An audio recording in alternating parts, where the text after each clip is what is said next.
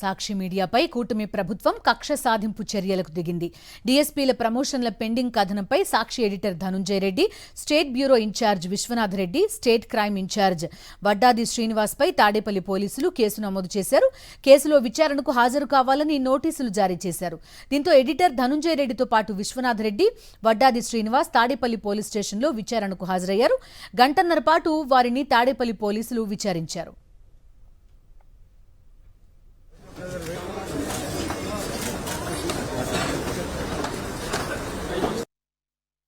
Special Act, the Police Incitement and Disaffection Act 1922 Act కింద మా దగ్గర కేసు నమోదు చేయడం జరిగింది. ఆ కేసులో ప్రధానంగా దాంట్లో రెస్పాండెంట్స్ అయినటువంటి ముగ్గురికి మేము ఈ నోటీస్ ఇవ్వడం జరిగింది. ఈ సాక్షి టీవీ, సాక్షి న్యూస్ పేపరు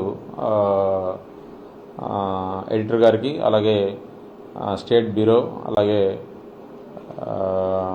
స్టాఫ్ రిపోర్టర్ ముగ్గురు కూడా మేము గౌరవ కోర్టు వారి ఆదేశాల మేరకు నోటీస్ ఇవ్వడం జరిగింది. ఆ నోటీస్ తీసుకుని వాళ్ళందరూ కూడా పోలీస్ స్టేషన్ నందు హాజరైనారు.